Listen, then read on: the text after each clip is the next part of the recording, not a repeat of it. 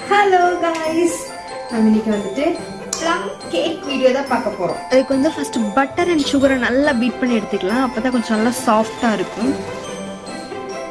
இப்போ ஒரு எக்கை ஆட் பண்ணி பீட் பண்ணி எடுத்துக்கலாம். இதில் வந்து நான் மொத்தம் 3 எக்ஸ் வந்து எடுத்திருக்கேன். நல்லா பீட் பண்ணி எடுத்துக்குவோம்.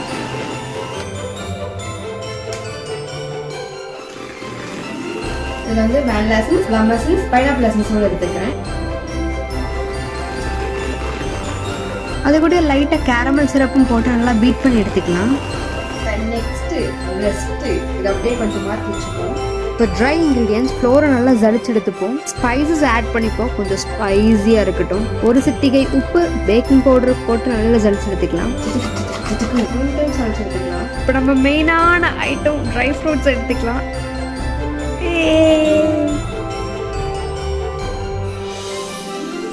நல்லா சூப்பராக இருக்குது ஸ்மெல்லு. ட்ரை ஃப்ரூட்ஸை ஒரு 1/2 கப் ஆட் பண்ணிவிட்டு அது கூட நட்ஸும் கொஞ்சம் ஆட் பண்ணிக்கலாம். இப்போ நம்ம பேட்டரில் ட்ரை இன்க்ரீடியன்ஸ் ஆட் பண்ணி எடுத்துப்போம். நல்லா ஆட் பண்ணிட்டு பீட் பண்ணி எடுத்துக்கலாம். ஆக்சுவலி நம்மளோட கேக் இப்போ மூவ் ஆகிட்டே இருக்குது. என்னங்கிறவங்க சீக்கிரம் ஆர்டர் பண்ணி வாங்கிக்கோங்க.